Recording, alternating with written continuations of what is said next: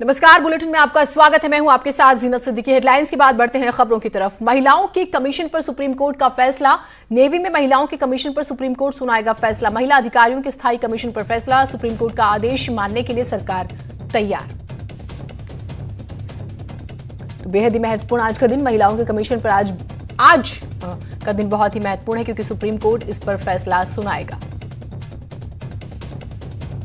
और supreme court का आदेश मानने के लिए सरकार तैयार है। 11 मार्च को राज्य मंत्री ने लोकसभा में दिया था इस पर जवाब।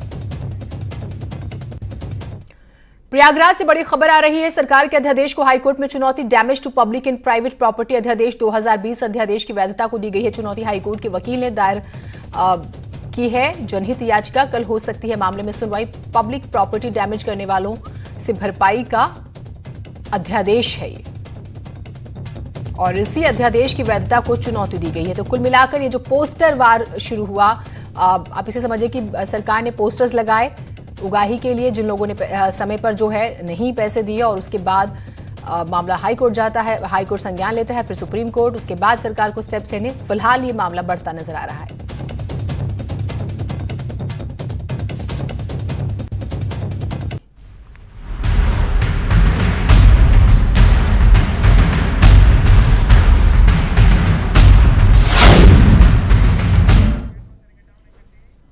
यूपी सरकार ने कोरोना को लेकर मीडिया बुलेटिन जारी किया। यूपी में अब तक कुल 13 लोगों में कोरोना की पुष्टि हुई है। 5 लोग अति संवेदनशील हालत में भर्ती हैं। अति संवेदनशील संदिग्धों को पुणे लैब से रिपोर्ट का इंतजार है। स्वास्थ्य विभाग के मुताबिक अब तक 3 लोग रिकवर हो चुके हैं। आगरा में 8, गाजियाबाद में 2, नोएडा में 1, लखनऊ में 2 मरीज में कोरोना की पुष्टि हुई है। टोटल 709 टेस्ट नेगेटिव पाए गए हैं। 88 के टेस्ट का इंतजार है। एयरपोर्ट पर 21,269 की थर्मल स्कैनिंग हुई है। अंतर्राष्ट्रीय सीमा पर 13,40,000 से ज्यादा लोगों की स्कैनिंग हुई है। नेपाल भारत बॉर्डर पर 2000 गांव में सैनिटाइजेशन किया गया है। यूपी के अलग अलग अस्पतालों में 20 संदिग्ध की भर्ती। तो कोरोना को लेकर हम ये कहें कि एक तरह से तैयारियां युद्ध स्तर पर चल रही हैं। एयरपोर्ट हो, तमाम जगहों पर, गांवों तक को, तकरीबन 2000 गांवों को सैनिटाइज किया गया है। किसी भी तरह से जो है कहीं पर कोई कमी ना रहे, ये बहुत बड़ी चुनौती और सरकार के तमाम स्टेप्स हम आपको बता रहे हैं। मुख्यमंत्री खुद संज्ञान लेते हैं। अब तक यूपी में कोरोना से 13 लोग जो हैं पीड़ित पाए गए हैं। अलाउद्दीन हमारे साथ, हमारे सहयोगी जुड़े हुए हैं। अलाउद्दीन, अभी की क्या अपडेट्स हैं कोरोना को लेकर?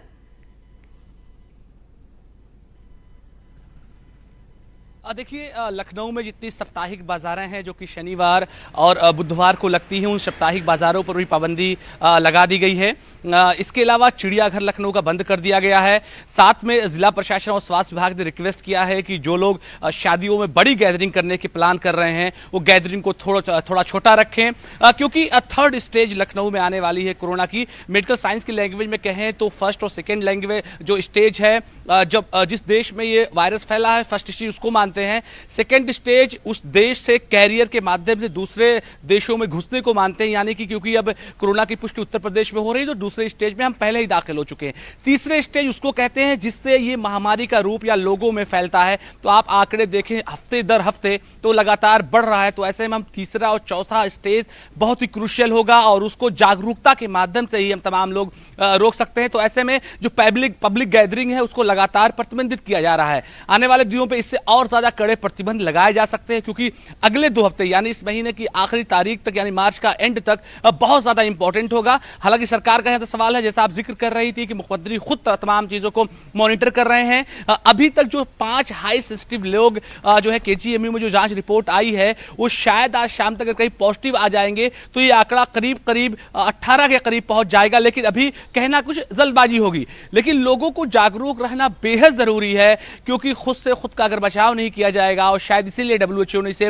महामारी का रूप दिया है, क्योंकि एक से दूसरे रूप में कैरियर इसका जाता है। तो ऐसे में तीसरा और चौथा जो सप्ताह है या तीसरा और चौथा स्टेज जो है, इसमें लोगों को जागरूक रहने की बेहद और सख्त जरूरत है, क्योंकि खुद जो है तमाम चीजों को प्रिवेंटिव लेकर के ही बचाव कोरोना से किया जा सकता है। ठीक बात है, बहुत शुक्रिया आप हमारे साथ जुड़े, और आप इनडायरेक्टली सरकार को सपोर्ट कर सकते हैं। सरकार जो स्टेप्स उठा रही है वहां पर आपको उन चीजों को फॉलो करना होगा, और दिमागी तौर पर भी तमाम तरह की अफवाह अफवाहों से बचते हुए अपनी डाइट का, अपनी हेल्थ का, अपने आसपास की सफाई का ख्याल रखकर आप कम से कम अफवाहों से बचिए।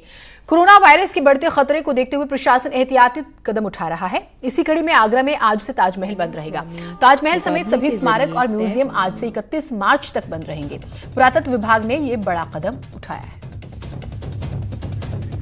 तो देखिए, स्कूल बंद, कॉलेजेस बंद, मॉल्स बंद और जो टूरिस्ट प्लेसेस हैं, क्योंकि यहां पर भी बाहर से, देश दुनिया से लोग घूमने आते हैं, तो फिलहाल ये भी एक चैलेंजिंग सिचुएशन और इसी चीज को ध्यान में रखते हुए एक ये स्टेप उठाया गया है। तो आपकी जिम्मेदारी है कि आप इसको सपोर्ट करें, गवर्नमेंट का इनडायरेक्टली आप सपोर्ट करें। बचिए, जहां बहुत जरूरी है तो ही निकलिए, वरना कोशिश कीजिए कि आप अपने घरों से ना निकलिए। फिलहाल सबसे बेहतर यही एक तरीका है। तो ये फैसला लिया गया कि ताजमहल के दीदार अब कुछ दिन तक नहीं कर पाएंगे। और आरिफ हमारे साथ, हमारे सहयोगी जुड़े हुए हैं। आरिफ, क्योंकि भीड़ भाड़ जो है वो फिलहाल अभी ठीक नहीं रहेगी, इस लिहाज से यह फैसला लिया गया। 31 मार्च ही अभी तय हुआ है कि इसे आगे बढ़ाया जा सकता है, क्योंकि ताजमहल परिसर में देश दुनिया से लोग आते हैं। देखिए, आगरा के मेयर ने सबसे पहले मांग की थी कि ताजमहल को बंद कर दिया जाए, क्योंकि यहाँ तमाम विदेशी सैलानी आते हैं, भारी संख्या में यहाँ लोग इकट्ठे होते हैं और इस लिहाजा कोरोना वायरस के फैलने की संभावना पूरी हो जाती है। उसी बात को लेकर जो पुरातत्व विभाग है, संस्कृति मंत्रालय है, उसने अहम कदम उठाया है। बहुत बड़ा कदम है कि ताजमहल भी बंद किया गया है, लाल किला भी बंद किया गया है, फतेहपुर सीकरी स्मारक है वो भी बंद किया गया है, यहाँ तक कि जो संग्रहालय है वो भी बंद किए गए हैं। तो निश्चित तौर पर ये बड़ा कदम है पर्यटकों के लिए। हालांकि थोड़ी दिक्कत वाली बात जरूरी है, लेकिन जिस तरह से कोरोना वायरस फैल रहा है उसके मद्देनजर ये बड़ा फैसला है और कोरोना से बचना है तो भीड़ में नहीं जाना होगा। देखिए जीनत, सबसे बड़ी बात यह है कि यहाँ जो आसपास के लोग हैं उनका कहना ये है कि जब हिंदुस्तान और पाकिस्तान का युद्ध हुआ था 1971 में, तब ताजमहल बंद हुआ था, या अब आकर ये ताजमहल बंद हुआ है। नहीं तो इस बीच कभी भी ताजमहल बंद नहीं हुआ। जो छुट्टी होती है फ्राइडे वाले दिन तभी ताजमहल बंद रहता है, अन्यथा जो नॉर्मल दिन है उनमें ताजमहल कभी बंद नहीं हुआ। ठीक बात है। चलिए आरिफ, बहुत शुक्रिया। युद्ध का जिक्र हुआ तब बंद हुआ, लेकिन फिलहाल जो स्थिति है वो भी युद्ध से कम नहीं है। अपने आप में एक युद्ध ही चल रहा है पूरी दुनिया में और इससे जीतना होगा और हर तरह के स्टेप्स में आपको सपोर्ट करना होगा गवर्नमेंट का। खैर, अपने विवादित बयानों को लेकर सुर्खियों में रहने वाले हिंदूवादी नेता साध्वी प्राची ने कुछ ऐसा कह दिया जिस पर आने वाले दिनों में विवाद होना लगभग तय है, हमेशा की तरह उनके विवादित बयानों की तरह।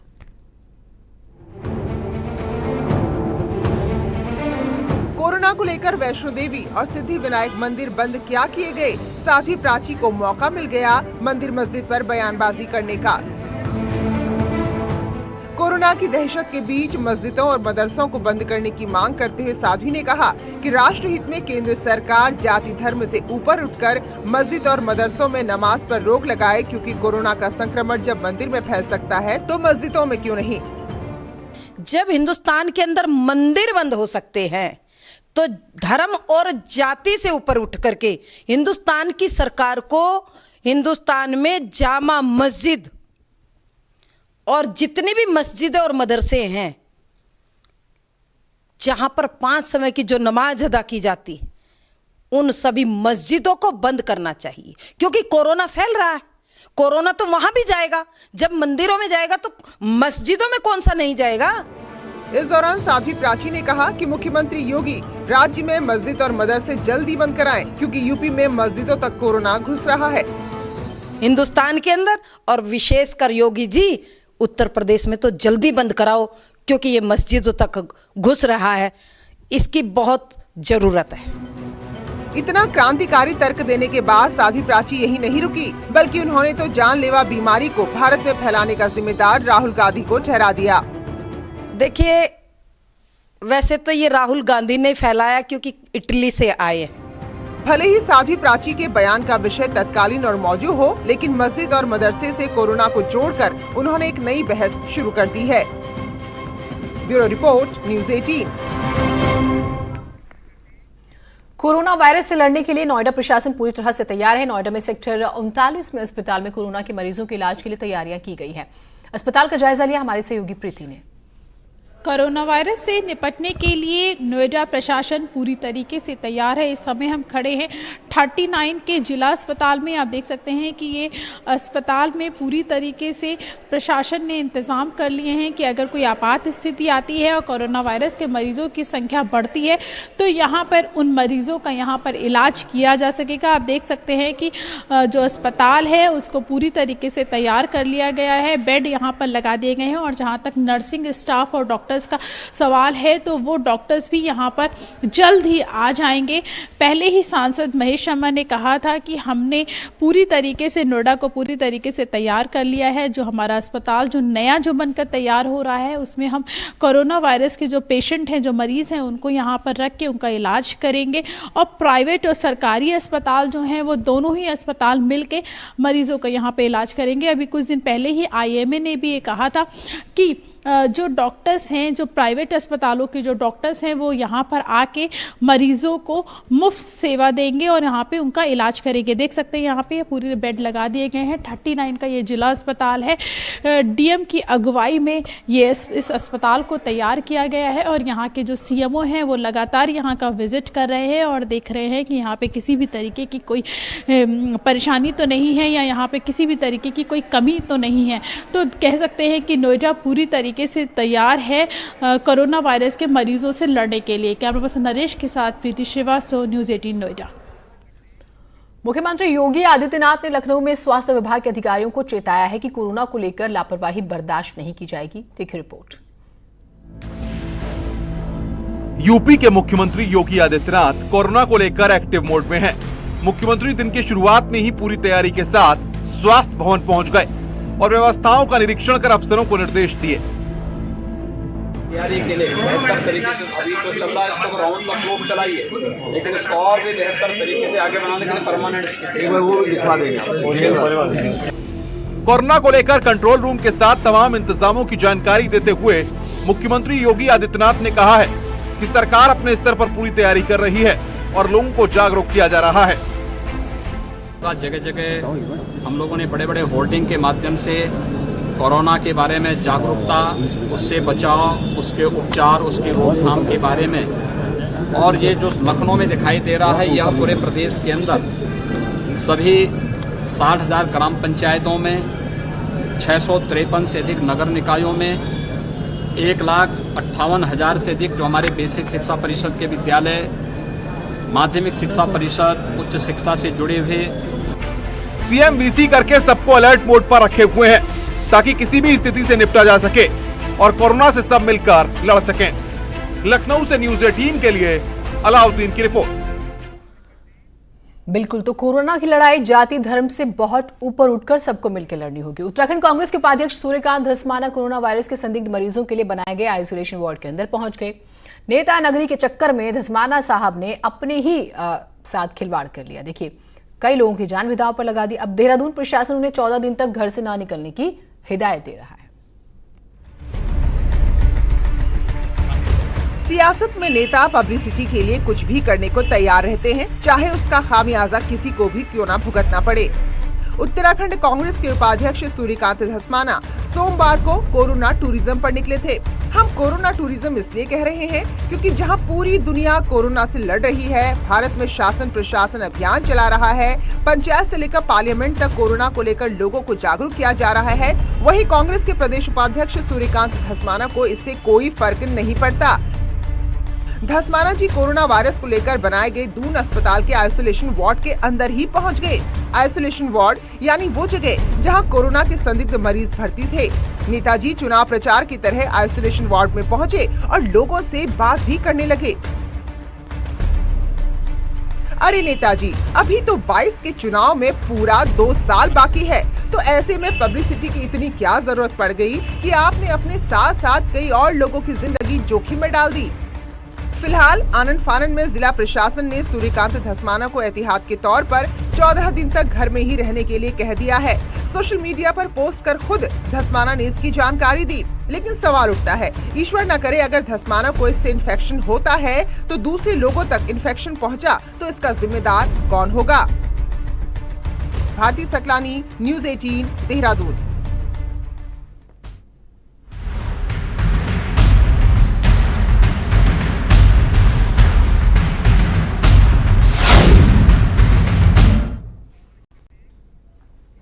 और एक छोटे से ब्रेक के लिए रुक रहे हैं। ब्रेक के बाद स्वागत है आप सभी का। बढ़ते हैं कुछ और खबरों की तरफ। मंत्री स्वाति सिंह का विवादों से पुराना नाता है। उनके विभाग बाल विकास पुष्टाहार में जमकर भ्रष्टाचार हो रहा है। यहां पर 38 करोड़ के टेंडर में गड़बड़ी का मामला सामने आया। नए स्कूल नीति के तहत बेसिक शिक्षा विभाग के सहयोग से सभी आंगनबाड़ी केंद्रों को प्री प्राइमरी स्कूल में बदला जा रहा है और इसके लिए 50 लाख की ग्रांट केंद्र सरकार ने दी, लेकिन विभाग के निदेशक शत्रुघ्न सिंह पर भ्रष्टाचार के आरोप लग रहे हैं, क्योंकि टेंडर दिलाने के लिए निजी कंपनी सुप्रीम फर्नीचर को ही 19 जिलों में टेंडर दे दिया गया। अभी तक 22 जिलों में टेंडर प्रक्रिया पूरी हो चुकी है। पूरे मामले में बेसिक शिक्षा विभाग ने पल्ला झाड़ लिया। अपर मुख्य सचिव बेसिक शिक्षा रेणुका कुमार का कहना है कि प्री प्राइमरी के नौनिहालों के लिए स्कूल किट और कक्षाओं के लिए फर्नीचर आदि का क्रय बाल विकास पुष्टाहार विभाग द्वारा किया जा रहा है। वहीं मंत्री और उनके विभाग के अधिकारी सवालों से बचते नजर आ रहे हैं। प्रशांत हमारे सहयोगी जुड़े हुए। प्रशांत, ये पूरा स्कैंडल समझाइएगा, क्या है? जी बिल्कुल, जिस तरीके से बात करें, सूबे के 1,80,000 आंगनबाड़ी केंद्रों को नई स्कूल नीति के तहत प्री प्राइमरी में डेवलप करना था, जिसके तहत केंद्र सरकार से प्रत्येक जनपद को 50 लाख का ग्रांट आया, जिसमें फर्नीचर किट के साथ में बच्चों को, नौनिहालों को स्कूल किट भी देनी थी। लेकिन फर्नीचर के साथ ही साथ में यहाँ बड़ा घपला सामने आया, जिसमें निजी कंपनी सुप्रीम को ही 19 जनपदों में एकमात्र दे दिया गया, जिसमें बाकी जितनी कंपनियां थी उनको जो है डिस्क्वालीफाई करके किनारे कर दिया गया। जहां बड़े स्तर तक इसकी बात सामने आ रही, वहीं बार बार बात करने के बाद भी मंत्री के साथ साथ विभाग के किसी भी आला अधिकारी ने मीडिया से बात करना तक मुनासिब नहीं समझा। समस्त प्रक्रियाओं में अगर देखा जाए, कई कंपनियों की तरफ से इसकी शिकायतें भी की गई हैं कि एकमात्र कंपनी को इतना ज्यादा क्यों यहां बढ़ोतरी की जा रही है, लेकिन अन्य इसके विकल्प ये दिए जा रहे हैं। अब अगर सुप्रीम की ही माने तो सुप्रीम की जो टेबल वहां दी जा रही है वो 38 रुपए की बाजार में है, लेकिन नौनिहालों के लिए वो मात्र 499 रुपए में। ऐसे में बड़े हद तक ये दावा किया जा रहा है कि मात्र टैग दे करके निजी कंपनियों के द्वारा जो है एक जो गुणवत्ता के साथ समझौता करके ये वहां पर पूरी का पूरी टेंडर व्यवस्था ली जा रही है, उसमें बड़े हद तक हेरफेर किया जा रहा है। एकमात्र कंपनी को ही वहां वरीयता दी जा रही है। बाकी हेरफेर का तो खुलासा हो गया। अब किसी तरह की इन्वेस्टिगेशन की शुरुआत हुई है? मंत्री महोदया का कुछ कहना है, कोई स्टेटमेंट? जी बिल्कुल, मंत्री महोदया से बार बार जो है इस पे पक्ष लेने की बात कही गई, लेकिन वो उनके द्वारा किसी भी तरीके से मीडिया के सवालों से बातचीत करने से स्पष्ट इनकार कर दिया गया। तो अभी तक किसी भी तरीके की इस पे जांच की बात नहीं की गई है, किसी भी हद तक कोई बात नहीं की गई। लेकिन बेसिक शिक्षा विभाग का जरूर ये कहना है कि अगर गड़बड़ियां सामने आती है तो हम एक बार अपने एंड से जरूर इसको दिखवाने का प्रयास करेंगे। हालांकि बाल विकास पुष्टाहार के ऊपर ही पूरी क्रय की जिम्मेदारी दी गई है, जो भी केंद्र सरकार से ग्रांट आया है। बहुत शुक्रिया आपका तमाम जानकारियों के लिए। न्यूज 18 पर खबर चली, लिहाजा इसका असर भी होगा। चिकित्सा शिक्षा विभाग में करप्शन की खबर हमने दिखाई थी, जिसके बाद चिकित्सा शिक्षा मंत्री ने जांच के आदेश दे दिए। एक तरफ विभाग में हड़कंप मचा है तो दूसरी तरफ प्रमुख सचिव रजनीश दुबे मुश्किलों में फंसते हुए दिखाई दे रहे हैं, क्योंकि इस पूरे घपले के सूत्रधार वही नजर आ रहे हैं। प्रदेश के 20 मेडिकल कॉलेजों में फर्नीचर खरीद में जमकर घोटाला हुआ। न्यूज 18 ने इस खबर को प्रमुखता से दिखाया। हमने बताया कि कैसे DGME ने नियमों का उल्लंघन करते हुए एक निजी कंपनी को फायदा पहुंचाया। नजर डालें तो स्पष्ट है कि AKTU में एक लंबी जांच में इसका प्रकरण लंबित है। वहीं दूसरी तरफ इनकम टैक्स की भी एक जांच गीकेन की प्रति चल रही है। गीकेन, जो कि एक दागी कंपनी है, उसे बिना टेंडर के फर्नीचर के ठेके दे दिए गए। इन कॉलेजों में मेडिकल उपकरण का ठेका भी गीकेन को ही मिल गया। कुल 250 करोड़ के फर्नीचर का कॉन्ट्रैक्ट गीकेन ने हासिल किया। अंदर की खबर ये है कि गीकेन के मालिक विजय पांडे और प्रमुख सचिव रजनीश दुबे की दोस्ती ने इस करप्शन को अस्तित्व दिया। इस खबर को दिखाए जाने के बाद सभी ऑर्डर रद्द कर दिए गए हैं। इसमें जांच दे दी गई है, जैसे जांच आएगी वैसे कार्रवाई होगी। कहीं ऐसा नहीं लग रहा है कि सर वरिष्ठ अधिकारियों की काफी ज्यादा संलिप्तता है इसमें? देखिए, जो भी जांच रिपोर्ट आएगी उसके हिसाब से तुरंत कार्रवाई होगी। चलिए, कार्रवाई होगी। इसी बीच एक बड़ी खबर आ रही है। बरेली में विधायक ने ARTO पर गंभीर आरोप लगाए हैं। बरेली की बिलसी विधानसभा सीट से विधायक RK सिंह ने CM योगी से लिखित शिकायत भेजी है। उन्हें शिकायत में हर ट्रक से 5 से 10 हजार रुपए वसूलने का आरोप लगा है। अवैध वसूली का जिक्र हो रहा है और ये कहा जा रहा है कि हर ट्रक को गुजारने में, यानी कि गुजरने देने के लिए 5 से 10 हजार रुपए लिए जाते हैं, वसूलने का उन्होंने आरोप लगाया है। ये मामला बहुत बड़ा होने वाला है। ये बात समझ में आती है जब विधायक इस पर चिट्ठी लिखते हैं मुख्यमंत्री को।